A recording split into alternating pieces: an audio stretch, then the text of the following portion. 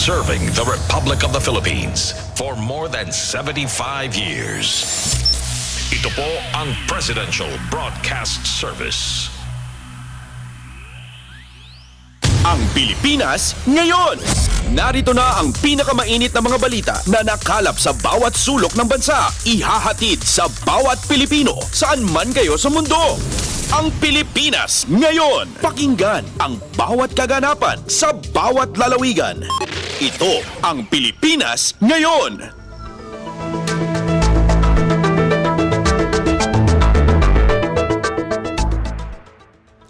Magandang araw sa ating mga tagapakinig. Welcome po muli sa ating palatuntunang Ang Pilipinas Ngayon.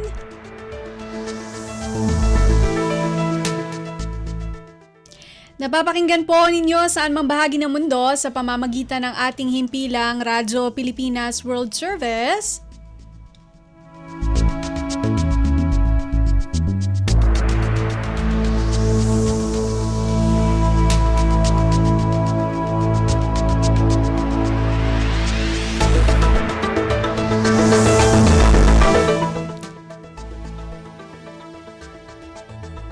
At napapakinggan po tayo sa mga sumusunod na shortwave frequencies sa 9.925 MHz, 12.120 MHz, 15.190 MHz, sa ating pbsradio.ph website at sa ating official Facebook page, Radyo Pilipinas World Service.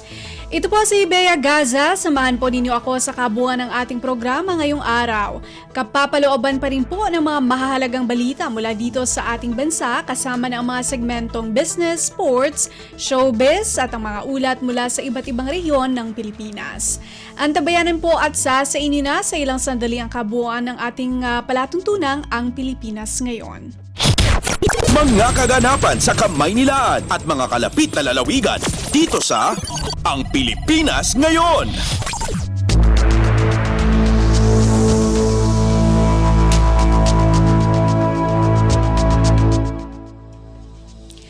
Sa ating mga balita, pinangunahan ni Pangulong Ferdinand R. Marcos Jr. ang inaugurasyon ng Healthway Cancer Care Hospital o HCCH sa Arcas South Estate sa Taguig City. Ang HCCH ay isang premier healthcare institution na nag-aalok ng malawak at komprehensibong cancer services mula screening, diagnosis, treatment at post-cancer care. Kasama rin sa serbisyo ang radiation oncology, surgery, chemotherapy at palliative care. Pangunahing layunin ng HCCH ang makapagbigay sa mga Pilipino ng kalidad na serbisyong medikal sa pamamagitan ng state-of-the-art equipment at mga medical practitioner na may dedikasyon. Ipinapakita lamang ng ginanap na inaugurasyon ang malakas na ugnayan ng pamahalaan at pribadong sektor sa pagpapahusay ng healthcare system ng bansa at pagbibigay diin sa potensyal ng bansa na maging isa sa healthcare destination sa Asia. Pakinggan natin ang naging talumpati ni Pangulong Ferdinand R. Marcos Jr. sa inaugurasyon ng Healthway Cancer Care Hospital sa Taguig City. I am extremely pleased to join you today as we open this first hospital in the Philippines dedicated to cancer care, this Healthway Cancer Care Hospital. I have to congratulate the Ayala Healthcare Holdings, Inc. And its chairperson, Fernando Sobel de Ayala, for this noble achievement. Let me also recognize the city government of Taguig, the Department of Health, the FDA, for their efforts in accelerating the process to establish this facility.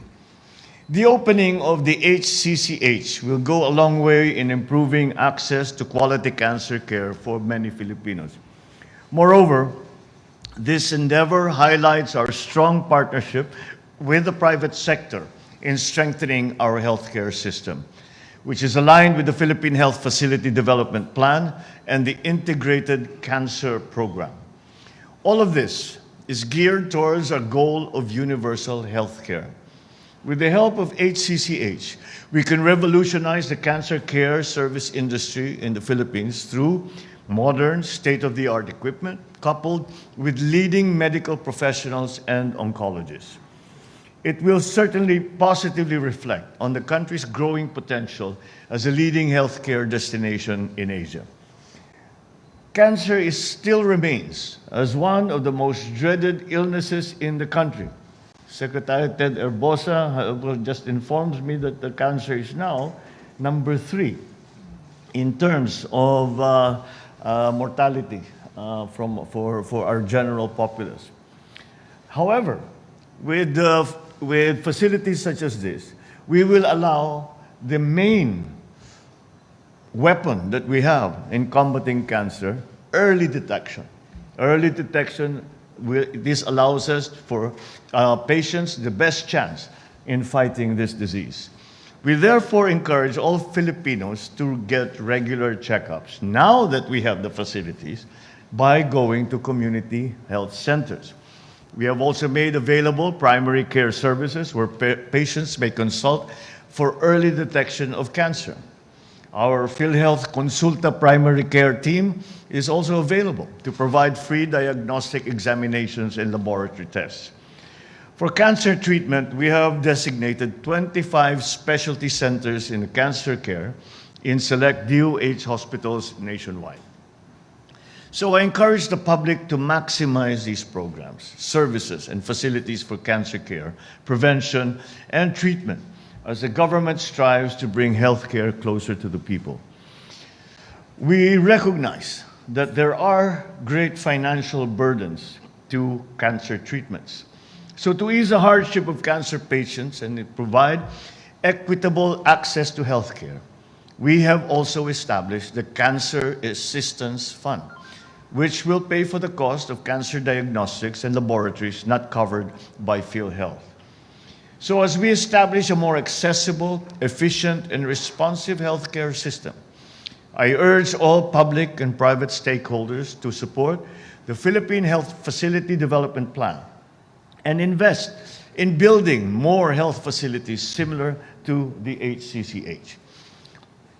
Rest assured that the government remains committed to nurturing an environment that upholds the total well-being of our people, of course, with the continued support of our private partners and investors in healthcare.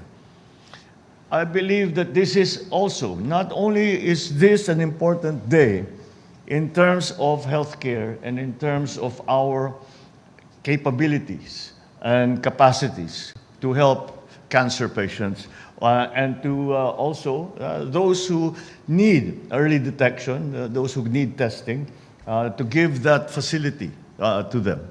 And it is important because we never had anything like this before.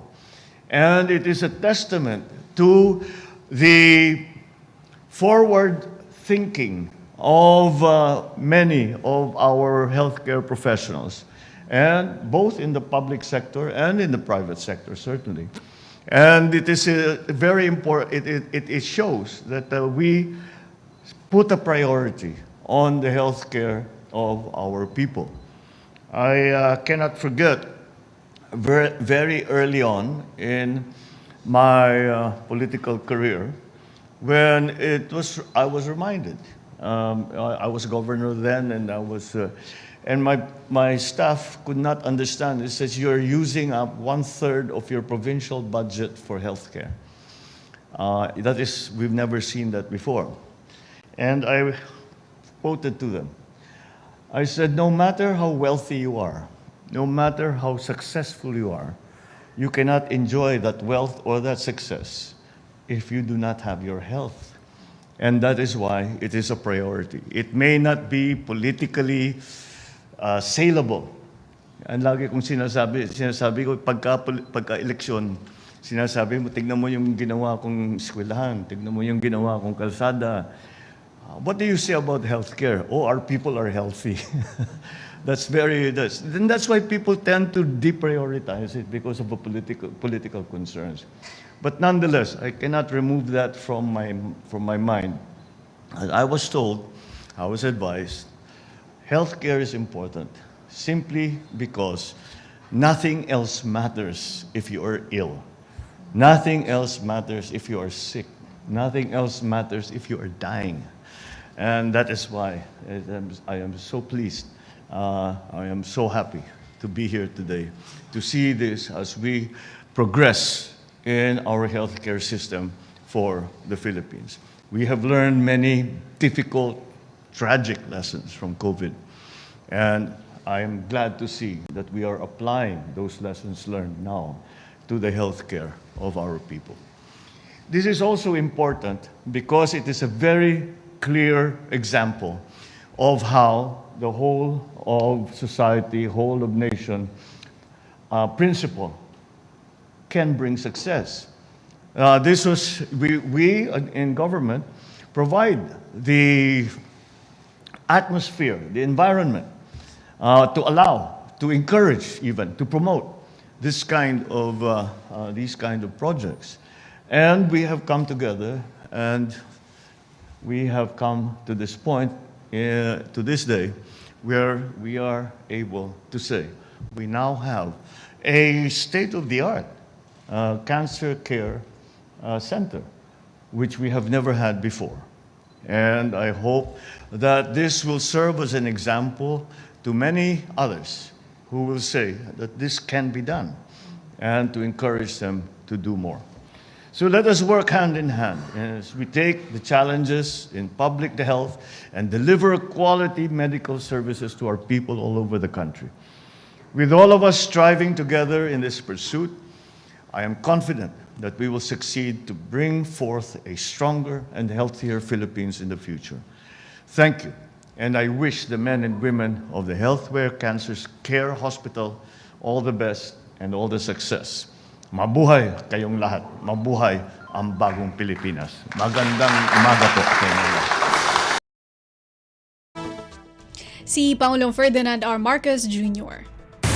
Pasada ng mga balita mula sa Pilipinas para sa mga Pilipino saan man sa mundo. Ang Pilipinas ngayon.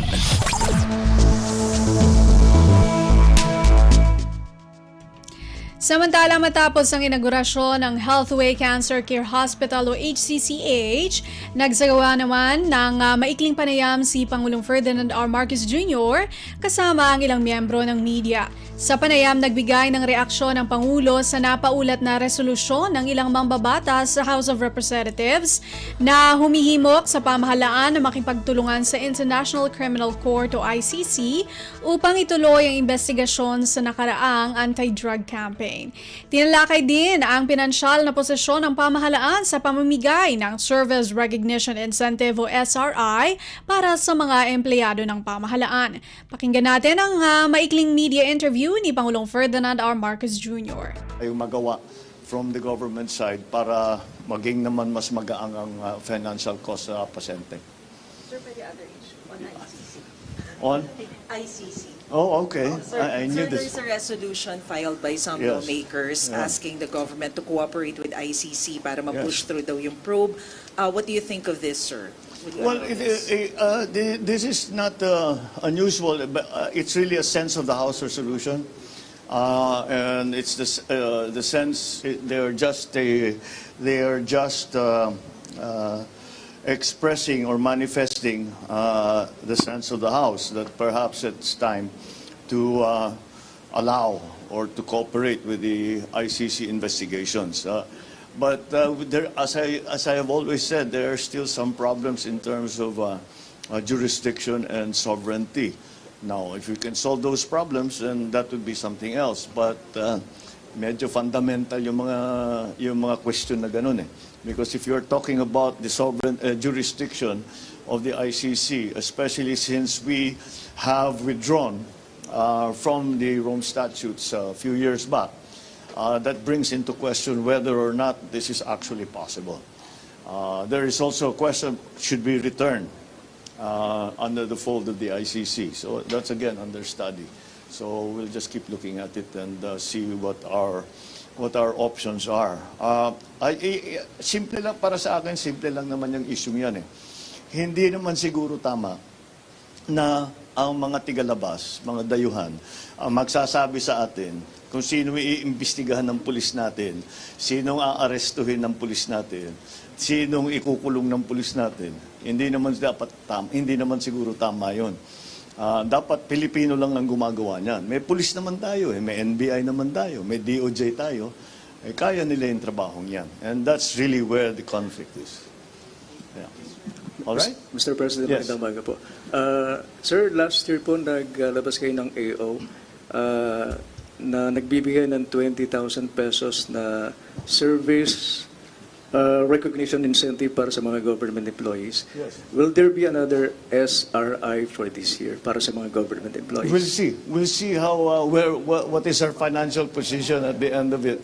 At the end of this all, ganyan lang naman talaga yan. We wait until the end of the fiscal year to see what it is that we can afford. So we will have another look at that and to see that if it's possible. Marami tayong pinapagawa ngayon sa mga ano natin. So kailangan natin mag-compensate naman lahat ng mga Pilipino ngayon naghihirap. So kung ano yung maitulong natin, gagawin natin. So we'll see if it is actually viable, if it is financially feasible to do. All right? Thank you. Sir, another question on health, pero on your health. Yeah. We heard that you were feeling, yes sir, we heard that you were feeling under the weather yesterday. That's why you didn't attend the dinner reception. I basically just ran out of steam yesterday. Hindi pa ako nakapag-recover sa biyahe. I suppose I just needed rest. I'm fine now. Thank you for your concern.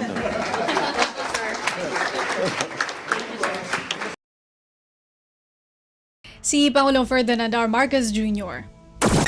Kumpleto, detalyadong balitaan, di papahuli sa mahahalagang kaganapan. Kamustahin ang inang bayan, ang Pilipinas ngayon.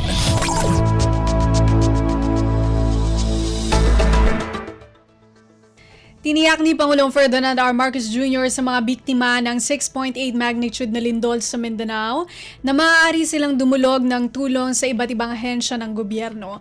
Gayunpaman sinabi ng Pangulo na hindi agad-agad magagawa ang rebuilding efforts dahil sa mga aftershocks na nararanasan sa ilang bahagi ng Socsargen.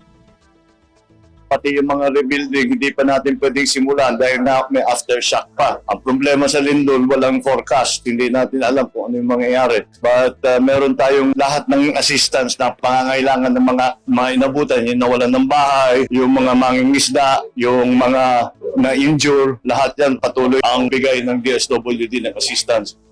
Si Pangulong Ferdinand R. Marcos Jr. Kumpleto, detalyadong balitaan, di papahuli sa mahahalagang kaganapan. Kamustahin ang inang bayan, ang Pilipinas ngayon.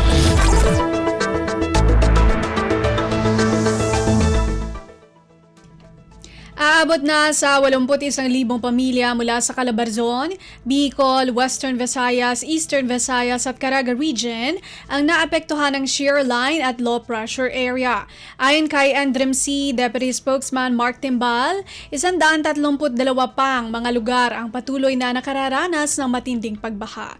Kaugnay nito, inihayag ng opisyal na tuloy-tuloy pa rin ang pagbibigay ng ayuda ng lokal na pamahalaan at iba pang ahensya ng gobyerno sa mga residenteng naapektuhan ng pagbaha.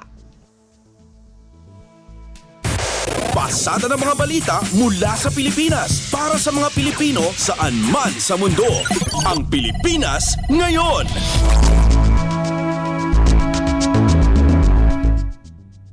Nagpadala ang Metropolitan Manila Development Authority o MMDA ng 14-month contingent sa Northern at Eastern Samar matapos pinsalain ng baha dulot ng shear line at low pressure area ang mga lalawigan. Ayon sa MMDA, kabilang sa contingent ang mga kawani mula sa Public Safety Division at Road Emergency Group na hinati sa 2 grupo. Magsasagawa ang mga grupo ng humanitarian and relief operations sa mga apektadong residente. Ayon kay MMDA Acting Chair Don Artes, magdadala ang bawat grupo ng 30 units ng solar-powered water purification systems. Kada unit kayang mag-filter ng 180 gallons ng tubig kada oras. Mananatili ang 2 grupo sa mga lalawigan para tumugon sa mga pangangailangan sa mga lugar. Pasada ng mga balita mula sa Pilipinas para sa mga Pilipino saan man sa mundo. Ang Pilipinas ngayon.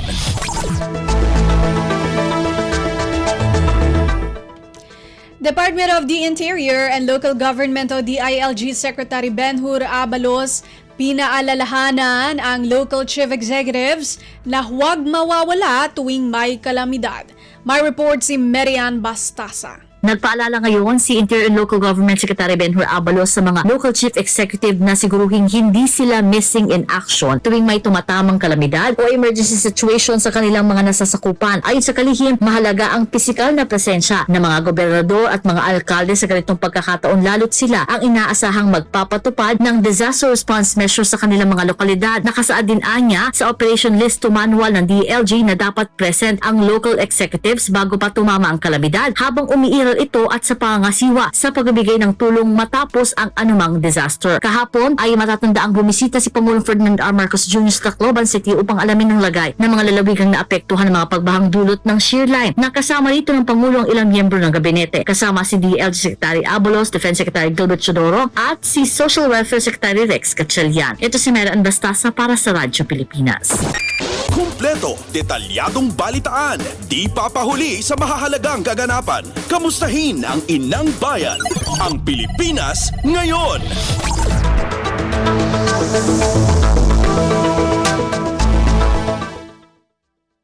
Sinalubong ng Department of Migrant Workers o DMW ang panibagong batch ng mga Overseas Filipino Workers o OFWs mula Israel at Lebanon pagdating sa bansa. Kasama ni DMW Officer in Charge Undersecretary Hans Leo Cacdac, si Department of Foreign Affairs o DFA Undersecretary Eduardo De Vega na sumalubong sa mga OFWs sa NAIA Terminal 3. Ayon kay Cacdac, ito na ang ikasyam ng batch ng mga repatriated OFW mula Israel. Pagdating ng mga OFW sa bansa, agad nilang tinanggap ang tulong at suporta mula sa iba't ibang ahensya ng gobyerno. Sa ngayon, nasa kabuang 279 na mga OFWs mula sa Israel ang ligtas na nakauwi sa Pilipinas sa pamamagitan ng repatriation efforts ng pamahalaan. Kumpleto, detalyadong balitaan, di papahuli sa mahahalagang kaganapan. Kamustahin ang inang bayan, ang Pilipinas ngayon.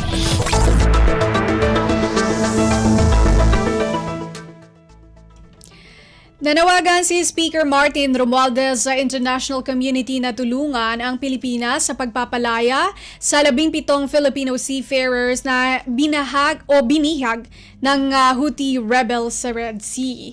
Hinimok ni Romualdez ang ibang bansa na sabay-sabay kondenahin ang naturang act of piracy at tulungan ang Pilipinas na maresolba ang ganitong krisis.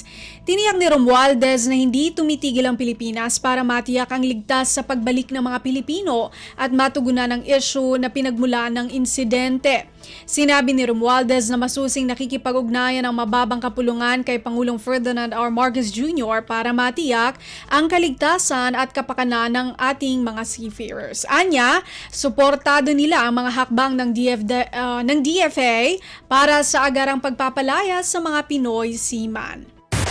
Pasada ng mga balita mula sa Pilipinas para sa mga Pilipino saan man sa mundo. Ang Pilipinas ngayon.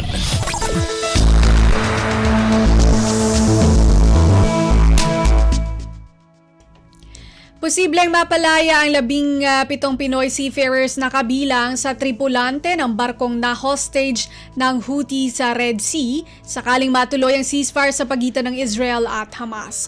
Sinabi ito ni DFA Undersecretary Eduardo De Vega sa isang panayam sa telebisyon. Anya, isa ring positibong development ang magaganap na ceasefire. Ito ay kasunod ng pag-anunsyo ng pagsisimula ng 4 na araw na ceasefire sa pagitan ng Israel at Hamas. Ayon kay Qatari Ministry of Foreign Affairs spokesperson Dr. Mahed Al-Ansari, magsisimula ang truce sa ganap na alas 7 ng umaga, local Gaza time, ng Nobyembre 24 kung saan magpapalaya ang Hamas ng kauna-unahang batch ng civilian hostages forces na binubuo ng 13 kababaihan at mga bata. Nauna nang iniulat ng AP na binihag ng Houthi ang barko dahil sa koneksyon nito sa Israel at kinukonsidera nilang legitimate targets ang anumang sasakyang pandagat na may kaugnayan sa Israel. Kumpleto, detalyadong balitaan, di papahuli sa mahahalagang kaganapan. Kamustahin ang inang bayan, ang Pilipinas ngayon.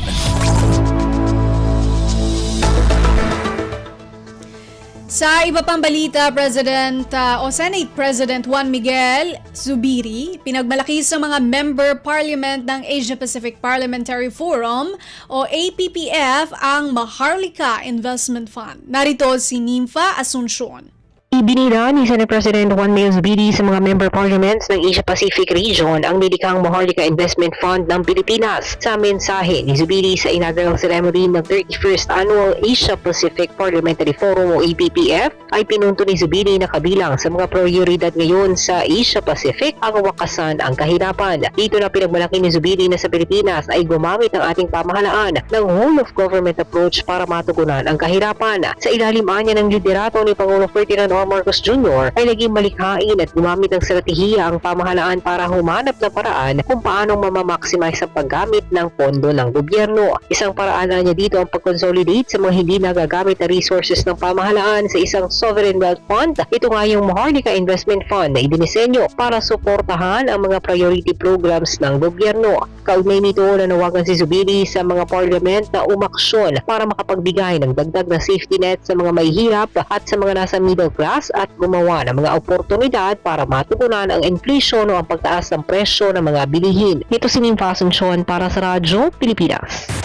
Pasada ng mga balita mula sa Pilipinas para sa mga Pilipino saan man sa mundo. Ang Pilipinas ngayon.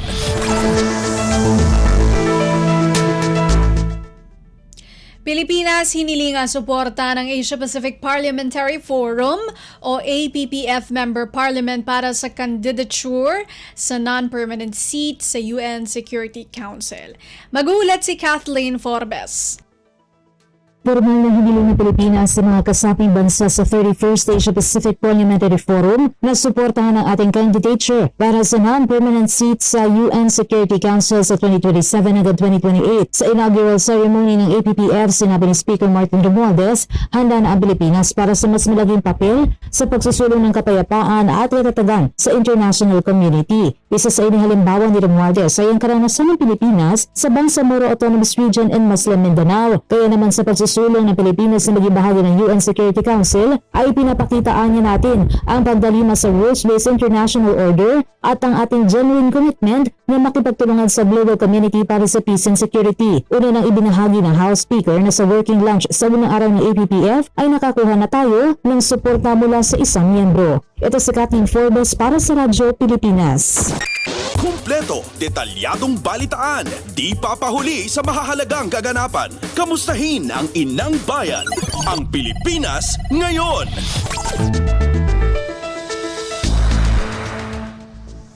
At yan po ang ating nakalap ng mga national news. Narito naman po ang mga balita mula sa ating mga kasamahan sa iba't ibang mga rehiyon dito sa ating bansa para sa ating regional news ngayong araw na ito.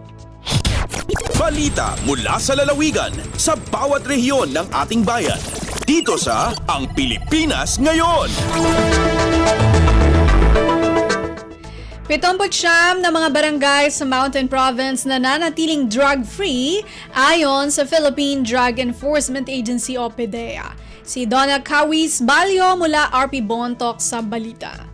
Nagtalinaad a drug-free ti Pitupulo ket siyam a barangays dito'y Mountain Province.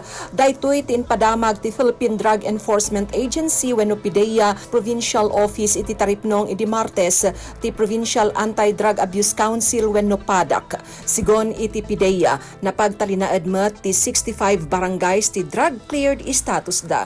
Iti report met ti Provincial Drug Enforcement Unit ti Mountain Province Provincial Police Office iti upat nga anti-illegal drugs operations iti probinsya manipod October ingana November 21 itaatawan adat nakamag asa nga 10 ket 3 a drug personalities.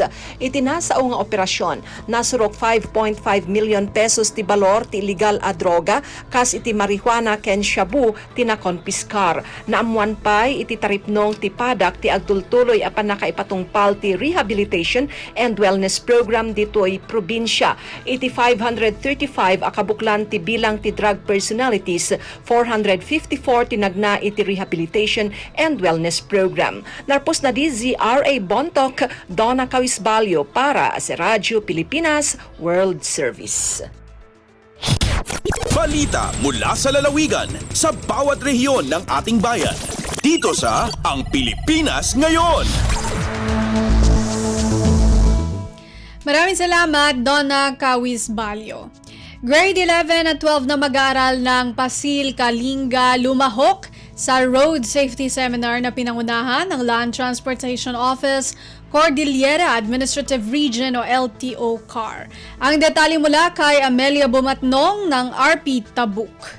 Imabot iti 300 nga estudyante manipod ang munisipyo iti Pasil, Kalinga iti nagkikaisa iti Road Safety Seminar nga induulwan iti Regional Diverse Education Center iti LTO CAR iti November 14 ingana 16, 2023. Dahito iti naamuan kini Jeneline Angog, Head Officer iti Land Transportation Office Kalinga.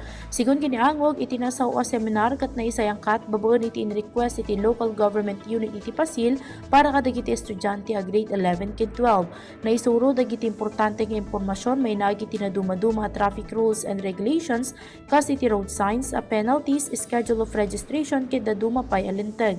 May sana yun ay unay kat iti Presidential Decree No. 603 wano the Child and Youth Welfare Code, particularity panagmaneho tagiti minor de edad iti inyaman alugan wano motor. Na ipakamu kadakwada a liable wano accountable dagiti naganak amang palubos iti nasao nga aramid. Kabayatan na nag-exam dagiti estudyante kalpasan iti nasao a seminar. Manipod dito'y DZRK Tabuk, Amelia Bumatnong para iti Radyo Pilipinas World Service. Balita mula sa lalawigan sa bawat rehiyon ng ating bayan. Dito sa Ang Pilipinas Ngayon.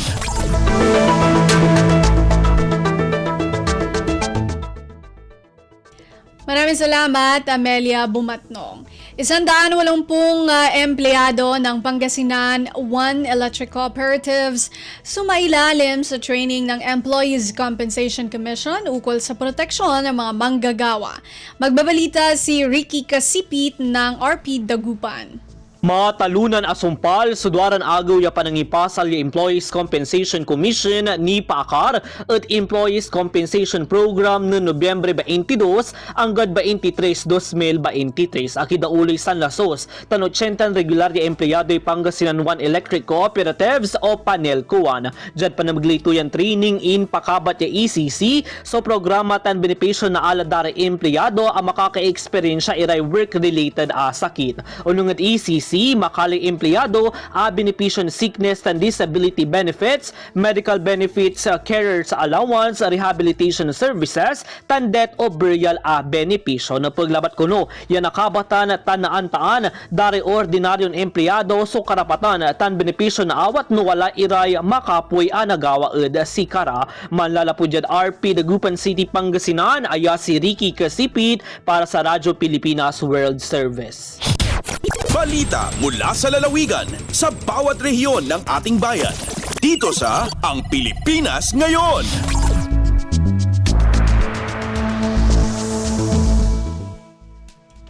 Maraming salamat, Ricky Kasipit. Awarding ng Enhanced Support Service Intervention o ESSI sinimulan na sa bayan ng Rizal, Palawan.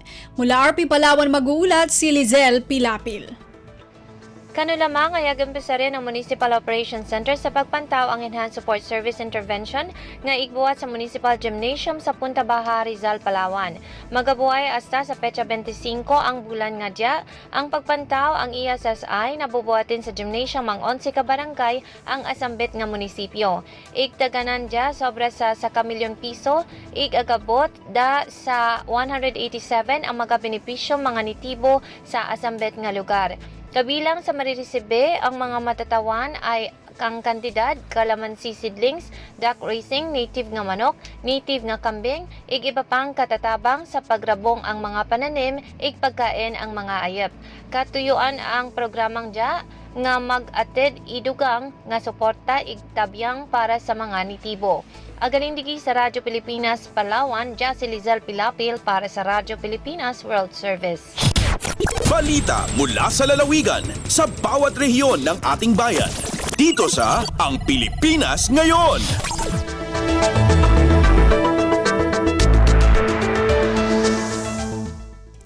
Maraming salamat, Lizelle Pilapil. Estimated damages sa lalawigan ng Northern Samar dahil sa epekto ng shear line. Prinisinta sa isinagawang situation briefing kasama si Pangulong Ferdinand R. Marcos Jr. May report si Charmaine Perito mula RP Calbayog. Durante sang gindumara nga situation briefers na ginepekto sa LPA shear line sa probinsya sa norte sa Samar, kaupod si Presidente Ferdinand R. Marcos Jr. via Zoom meeting, maabot 148 partially damaged ngan 1,514 totally damaged nga mga bablay sa probinsya ang record as of November 22, 2023. Para naman sa estimated cost of damage sa pan-agrikultura ng pangisdaan, rice 124,903,756 pesos and 65 centavos, crops 49,334,496 pesos, fisheries 9,877,864 pesos, livestock and poultry 3,474,100 pesos, kundiin matotal sa 187,590,216 pesos and 65 centavos an estimated cost. Tikang sa Radyo Pilipinas Calbayog, Charmaine Perito para sa Radyo Pilipinas World Service. Balita mula sa lalawigan sa bawat rehiyon ng ating bayan. Dito sa Ang Pilipinas Ngayon. Maraming salamat kay Charmaine Perito. Mga bagong opisyal ng Sangguniang Kabataan o SK Federasyong Panlalawigan sa Surigao del Sur, inanunsyo ng Department of the Interior and Local Government o DILG Provincial Office. Magbabalita si Nerissa Espinosa. Human ang eksklusibong panagpulong kagahapon Nobyembre 23 alang sa SK Provincial Federation Election sa Surigao del Sur, gi-anunsyo sa DILG Provincial Office dinhi ang bagong hanay sa mga opisyales sa SK Federasyong Probinsyal. Napili si Pangulo sa Federasyon si Yuri Art Yufi Sanchez, SK Municipal Federation President sa lungsod sa Barubo. Ug tungod sa pagkapili kang Sanchez nga presidente sa provincial level, otomatiko kini nga molingkod isip ex-officio member sa Sangguniang Panlalawigan sa Surigao del Sur nga maoy mo representar sa mga kabataan sa tibuok lalawigan. Nahibaluan nga gawa sa gihimong federation election, nagpahigayon usab og oryentasyon ang DILG bahin sa mga importanteng mga balaod nga gikinahanglan mahibaluan sa mga SK Municipal Federation Presidents.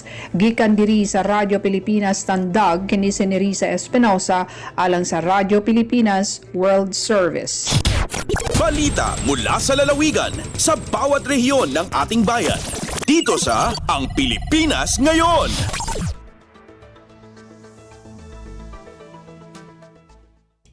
Maraming salamat, Nerissa Espinosa. Smoke-free environment, pinapaigting ng Ministry of Basic Higher and Technical Education Sulu. Ang ulat mula kay Eloisa Mohamad ng RP Holo. Mahugot in panawag-tawag Health and Nutrition Section Nurse in Charge Sharin Lakibulas in Ministry of Basic Higher and Technical Education at MBHT Sulu tungod na pagsiya halom iban hagwa sin Schools Division Office at SDO Sulu. Inini bilang pag-urol sa 9211 at Tobacco Regulation Act of 2003 amon piyahot pa sin CSC Memorandum Circular bulang putag pito sin taon 2009. Piya pa ngayon yung piya pahati nila ang hihilakibol ang mga naghihinang SDO lapay na in mga magkakawi maon pa upis in hal sin sara ini amon tiya oran da isab. Schools Division Superintendent Ajay Kiram i-release. Manjari kamultahan ini COC numanggal haatulan na sabot. In kaagihon ini pagpakita sin sila ha education sector tungod akalakaan sin pagparagbusin katilibot malayo ding ha pagsika amon kahampitan sin ginhawawaran damikian kapamantukan sin mga kabataan. In atulan ini piya mahalayak ha pagsabo sin Drug Abuse Prevention and Control Week sin MPHT Sulu. Ding ha RP Holo, Eloisa Muhammad para Radyo Pilipinas World Service. Balita mula sa lalawigan sa bawat rehiyon ng ating bayan. Dito sa Ang Pilipinas Ngayon. Maraming salamat kay Eloisa Muhammad. At narinig po ninyo ang kabuuan ng mga balita mula po sa iba't ibang lalawigan dito sa Pilipinas sa pamamagitan po ng ating regional news. Samantala, susunod naman po ang ating balitang negosyo at kalakalan at balitang pampalakasan mula kay Leo Magpayo.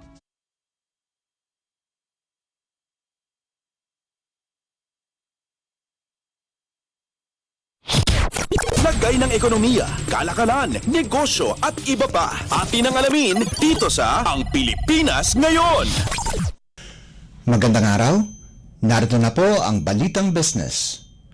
Umabot sa 74% ang cash utilization rate ng mga ahensya ng gobyerno sa unang 10 buwan ng taong hanggang Oktubre.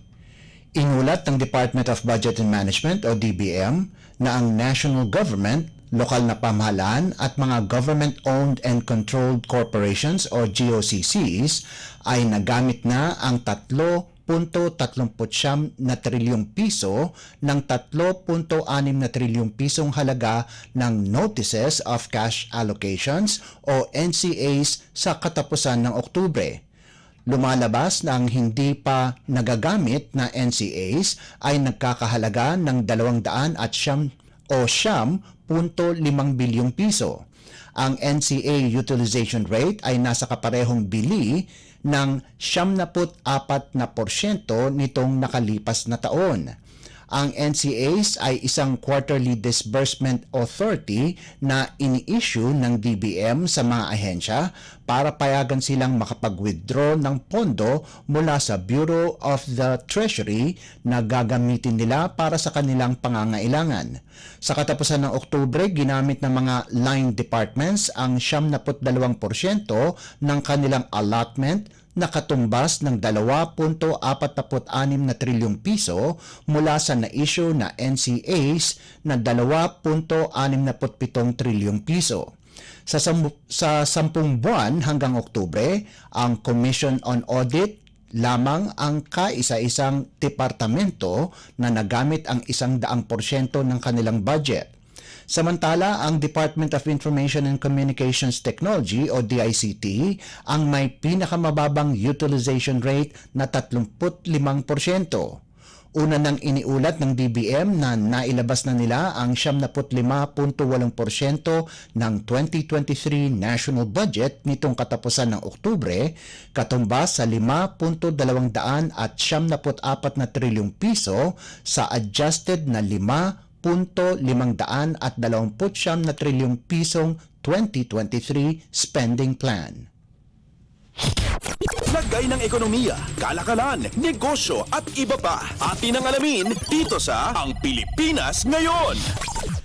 Isang opisyalis ng National Economic and Development Authority o NEDA ang nagsabi na may panukalang Executive Order o EO na layunin na pamadiliin ang pagproseso ng mga requirements para sa Infrastructure Flagship Projects o IFPs na matatapos na bago matapos ang taon.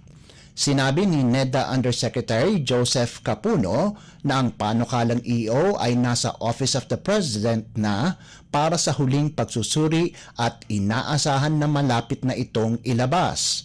Dagdag ni Capuno na ang ideya sa EO ay para mapabilis ang approval ng mga proyekto na dumaan na sa NEDA Board at kasama na sa IFPs. Noong Setyembre, unang inanunsyo ni NEDA Secretary Arsenio Balisacan ang draft EO na layuning paganahin ang mabilis na pagproseso ng lisensya, clearances, permits, certifications at authorizations para sa mga IFPs. Sinabi pa ni Kapuno na layunin din nito na matanggal ang pagkakaantala ng pagpapatupad ng mga proyektong ito. Sa kasalukuyan, mayroong 197 proyekto sa ilalim ng IFP ng gobyerno na nagkakahalaga ng 8.7 trilyong piso. Karamihan sa mga proyekto ay kabilang sa physical connectivity sa 122, sinundan ito ng mga kinalaman sa water resources sa 44 at agrikultura sa 15. Lagay ng ekonomiya, kalakalan, negosyo at iba pa. Atin ang alamin dito sa Ang Pilipinas Ngayon. Tumaas ang produksyon ng baboy at itlog sa ikatlong quarter ng taon. Sa isang ulat ng Philippine Statistics Authority o PSA, ang produksyon ng baboy ay tumaas ng 3.3% mula sa kaparehong panahon ng nakalipas na taon sa 450.9 metriko tonelada kapag pinagbasihan sa timbang ng buhay na baboy. Ang Central Visayas ay may pinakamaraming produksyon sa 67.66 na libong metriko tonelada, kasunod ang Calabarzon na may 50.81 libong metriko tonelada, Northern Mindanao na may 54.5 libong metriko tonelada, Central Luzon 46.16 na libong metriko tonelada at ang Davao Region na may 36.16 na libong metriko tonelada. Inulat naman ng Central Luzon na nadoble ang kanilang produksyon sa baboy kumpara sa nakaraang taon. Ang rehiyon na nabanggit ay bumubuo ng 58.6% ng buong produksyon ng baboy sa bansa. Sinabi naman ng PSA na bumaba naman ang inventaryo sa pangkalahatan ay bumaba ng 2.1% kung saan mayroong 9.86 na milyong ulo ng baboy hanggang sa katapusan ng Setyembre. Ang mga maliliit na babuyan ang bumuo ng 67.5% ng kabuang produksyon, 29.2% sa commercial at ang natitirang 3.3% ay sa mga semi-commercial farms. Ang karaniwang farm gate price ng mga kinatay na baboy ay bumagsak sa 6.1% kumpara sa taong 2022 sa 163 piso at 34 na sentimo kada kilo. Samantala, inulat din ng PSA na nadagdagan ng 4.7% ang produksyon ng itlog sa 185.26 na libong metriko tonelada kumpara sa nakalipas na taon. Ang Calabarzon ang may pinakamaraming produksyon ng itlog sa 58.53 libong metriko tonelada o 31.6% sa kabuuang produksyon ng bansa. Sinundan ito ng Central Luzon sa 34.11 libong metriko tonelada, Northern Mindanao sa 20.14 na libong metriko tonelada, Central Visayas sa 18.76 na libong metriko tonelada at ang Western Visayas sa 10.55 libong metriko tonelada. Ang karaniwang presyo ng itlog ay tumaas ng 15.3% sa 7 piso at 45 sentimo kumpara sa nakaraang taon. Lagay ng ekonomiya, kalakalan, negosyo at iba pa. Atin ang alamin dito sa Ang Pilipinas Ngayon. At para naman sa sports balita, updates at pinakahuling mga usapin sa mundo ng palakasan. Atin ang pakinggan dito sa Ang Pilipinas Ngayon. Hangarin ng Rain or Shine na makuha ang kanilang unang panalo sa Season 48 ng Philippine Basketball Association o PBA Commissioner's Cup ngayong Biyernes. Makakarap ng Elasto Painters ang Ginebra Gin Kings sa main event sa gabi pagkatapos ng laban sa pagitan ng Phoenix Fuel Masters at Blackwater Bossing sa hapon na gaganapin sa Smart Araneta Coliseum. Kasalukuyang solo ng Magnolia ang liderato sa team standings kung saan wala pa rin silang talo sa 4-0 record kasunod ng TNT Tropang Giga, Meralco at Phoenix na may pare-parehong 2-1 kartada. Ang Northport, Terra Firma at NLEX naman ay may kaparehong 2-2 marka, ang San Miguel at Ginebra na may parehong 1-1, ang Blackwater na may 1-2 record at ang mga wala pang panalo na Rain or Shine at Converge na may 0-3 karta. Natalo ang Elasto Painters sa Bolts 107-102, Batang Pier 113-103 at Fuel Masters 99-98, habang bigo naman ang Ginebra Gin Kings sa Hot Shots sa Manila Clasico 81-83. Updates at pinakahuling mga usapin sa mundo ng palakasan. Atin ang pakinggan dito sa Ang Pilipinas Ngayon. Isasara na ang elimination round ng NCAA Season 99 Men's Basketball Tournament itong Biyernes sa pamamagitan ng dalawang importanteng laban. Masisilayan sa aksyon sa main game ang San Beda University kontra sa Letran College at ang laban sa pagitan ng San Sebastian College at Arellano University na gaganapin sa Phil Oil Eco Oil Center sa San Juan City. Wala nang bearing ang mga laro dahil buo na ang Final Four teams. Ang Mapua na may 15-3 record at Lyceum na may 13-5 baraha ang nanguna sa standings kaya't sila'y nabigyan ng twice-to-beat advantage habang ang San Beda at College of St. Benilde ay kailangang doble kayod para makapasok sa finals. Bunsod ng standings, mga katapat ng number 1 Cardinals ang number 4 Blazers at ang number 2 Pirates naman ay makikipagsabong sa number 3 Red Lions. Magsisimula ang semifinals sa Martes, Nobyembre 28. Updates at pinakahuling mga usapin sa mundo ng palakasan. Atin ang pakinggan dito sa Ang Pilipinas Ngayon. Napanatili ng Creamline Coal Smashers ang kanilang malinis na record nang patumbahin nila ang NX-LED sa 2023 Premier Volleyball League o PVL All-Filipino Conference. Binuwag ng defending champions ang Chameleons sa loob lamang ng 85 minuto, 25-23, 25-16 at 25-21 para kunin ang kanilang ikawalong sunod-sunod na panalo nitong Huwebes na ginanap sa Phil Sports Arena sa Pasig City. Namuno para sa Creamline si Gemma Galanza sa kanyang nagawang 14 na puntos mula sa 9 na attacks, kasama na ang back-to-back na service aces sa third set para kunin ng koponan ang panalo. Nag-ambag naman sina Tots Carlos at Michelle Gumabaw na kapwa nakascore ng 12 puntos bawat isa. Si Joe Maraginot lamang ang nakascore ng double digits sa panig ng NX-LED sa nagawa nitong 14 na puntos. Tuluyan nang pumasok ng semifinals ang Creamline tanga ng 8-0 record habang ang NX-LED ay bumagsak sa 3-6. Sa isa pang laban, nakasurvive ang Chocomucho sa isang 5-set marathon laban sa PLDT, 25-20, 23-25, 18-25, 25-17 at 15-12 para kunin ang kanilang ikawalong sunod-sunod na panalo at tuluyan ng makapasok ng semifinals. Nanguna si Cici Rondina para sa Flying Titans sa kanyang nagawang 20 puntos habang nagdagdag si Maddie Madayag ng 18 puntos.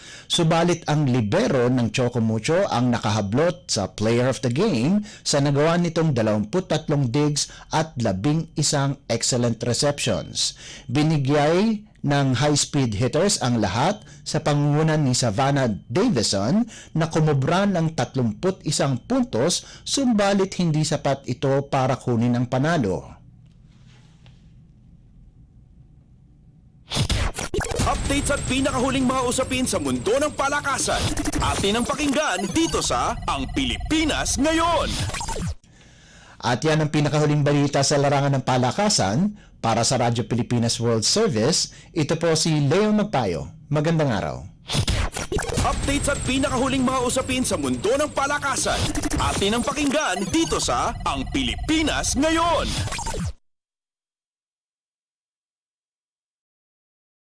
Maraming salamat, Leo Magpayo. Iyan po ang ating balitang negosyo at kalakalan at balitang pampalakasan para sa araw na ito. Ngayon naman dumako tayo sa showbiz balita. Alamin natin ang mga chismis mula sa mundo ng showbiz mula kay Mama JT. Ang latest, ang hottest sa showbiz and entertainment. Heto na sa Ang Pilipinas Ngayon.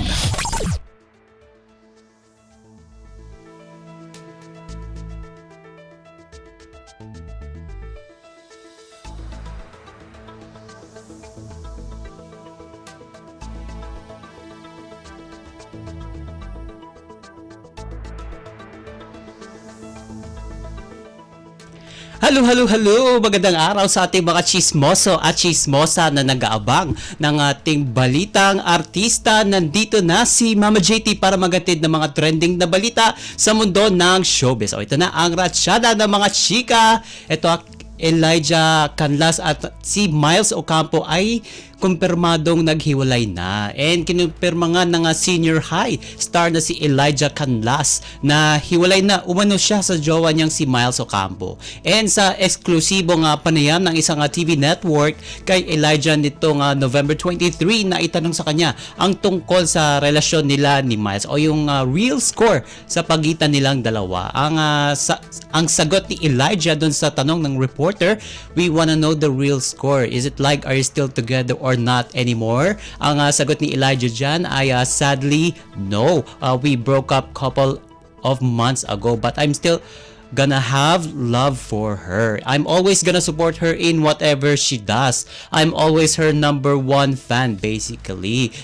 Dagdag pa ni Elijah, but right now we're taking our time figuring out ourselves and our lives right now. And matatandang nung nakarang taon ay isinapubliko ni na Miles at Elijah ang kanilang relasyon. Pero bago pa man maging magjowa, magkasama na o nagkasama na ang dalawa sa drama series na Paano ang Pangako noong 2020.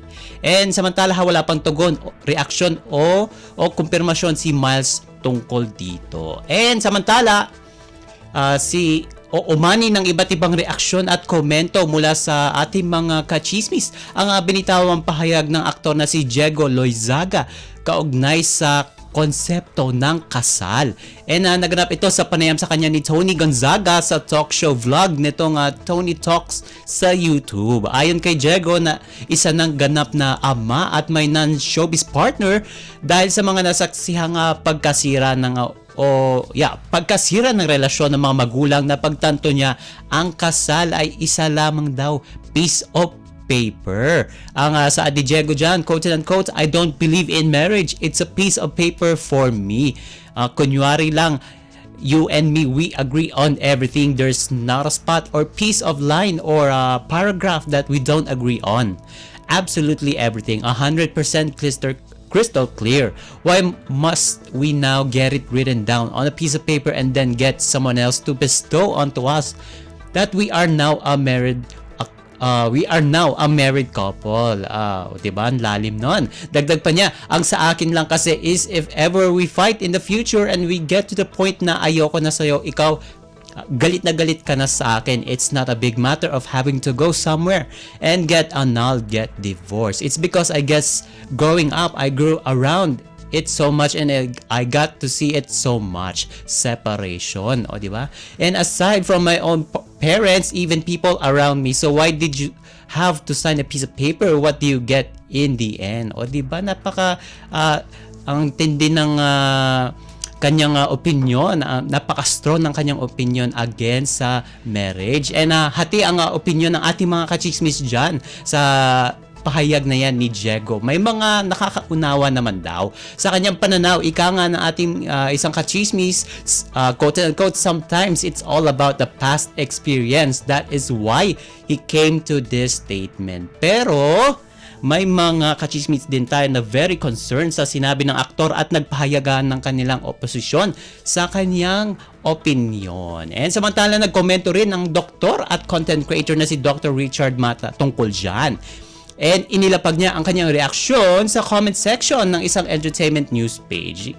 Quote and unquote, red flag kapag ganyan ang boyfriend mo. Kawawa ang magiging anak nyo at kawawa ka. Let him be, but it's time to plan your exit habang bata ka pa. And sa kanyang sariling Facebook post ay muling nagbigay ng reaksyon ng ang nasabing doktor. Quote and unquote, sabihin nyo na akong old-fashioned. Marriage certificate is not just a paper. It's a legal certificate. Marriage is not just a commitment to your partner, it's a commitment to God. And eto pa ha, mga kachismis, si Jane Onyeza ay nagbigay ng kanyang mensahe matapos matanggap ang kanyang loyalty award mula sa Star Magic na talent management arm ng Kapamilya Network na ABS-CBN. And sa Instagram post ni Jane, ibinahagi niya ang kanyang journey bilang artista sa loob ng mahigit 2 dekada. Quote and unquote, I started working since I was 4 years old.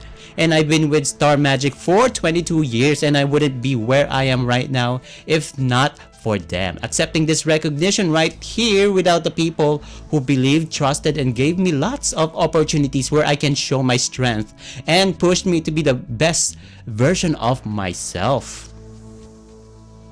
And pagdagdag pa ni Jane, quote and quote, walang maliit na role. Palagi kong sinasabi sa sarili ko, every role I get is a chance for me to showcase what I can do and offer. Kaya salamat po sa lahat ng nagbigay ng tiwala at sa mga sumugal po sa akin. Maraming salamat po. Napaka-thankful dyan na message ni Jane. And dagdag pa niya, this wasn't an overnight success. Hindi po naging madali. The journey was long and challenging with lots of trials and errors. I have had my fair share of disappointment, rejection, and self-doubt. Pero buti hindi ako sumuko because all of that has proven to be worth it. Literal na sweat and tears, and I still have a long way to go. I am still a work in progress, but I acknowledge the hard work that I have put in, and this recognition is a symbol of that. And kaya naman todo ang pasasalamat ni Jane sa mga naging bahagi ng kanyang paglalakbay sa mundo ng showbiz mula sa mga director, staff at crew. And nagpaalala rin si Jane sa huli na wag umanong ituring na katunggali ang mga kasabayan sa industriya dahil kung may pinakamalaking katunggali man ang isang tao, yon ay ang kanyang sarili. Correct tayo dyan. And sabi pa ni Jane, ang pinaka-importante ay patience, hard work, consistency, and a good attitude daw. And kanyang sinishare ang kanyang award para sa lahat ng kapamilyang sumusuporta sa kanya. And ang ilan sa mga yung mga past projects ni Jane ay ang pagganap niya bilang Arabella Crisostomo sa teleseryeng Sa Dulo ng Walang Hanggan noong 2001.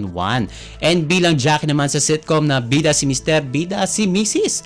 At naging bahagi rin siya ng dating gag show tuwing linggo na Going Bulilit. And sa kasalukuyan, kasama ni Jane sa collaboration series ng ABS-CBN at TV5 na nag-aapoy na damdamin. Ito ang first lead role niya kasama sina Tony Labrusca, JC De Vera at Rhea Atayde. And OMG, wala na tayong oras para sa ating balitang artista. Maraming salamat mga kachismis sa pakikinig sa akin mga chika for today. Ako po si Mama JT para sa Radyo Pilipinas World Service. Ang latest, ang hottest sa showbiz and entertainment.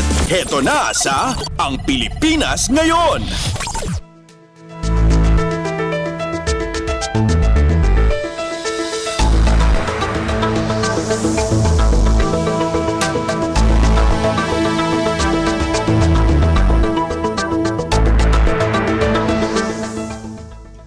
Maraming salamat, Mama JT. Yan po ang ating showbiz balita. Narinig po ninyo ang kabuuan ng ating programang Ang Pilipinas Ngayon. Tayo po ay magpapasalamat sa ating mga nakasama sa produksyon. Maraming salamat sa ating technical side kina Milo Jonella, Susan Aizon at Anthony Pimentel. Maraming salamat din sa ating executive producer, Steph Vicente at Jerome Toledo. Sa mga nagulat mula sa iba't ibang lalawigan ng ating bansa para sa ating regional news, maraming salamat kay Leong Magpayo na naghatid sa atin ng ating balitang negosyo at kalakalan at balitang pampalakasan, kay Mama JT para sa Showbiz Balita. At syempre, maraming salamat din sa ating station manager, Mr. Ray Sampang. Hanggang sa susunod na edisyon ng ating programa, ang Pilipinas Ngayon, ito si Bea Gaza. Magandang araw. At yan ang Pilipinas Ngayon. Muling samahan si Ben Blones sa parehong oras at alamin ang pinakahuling mga kaganapan at balita saan man kayo naroon. Ang Pilipinas Ngayon.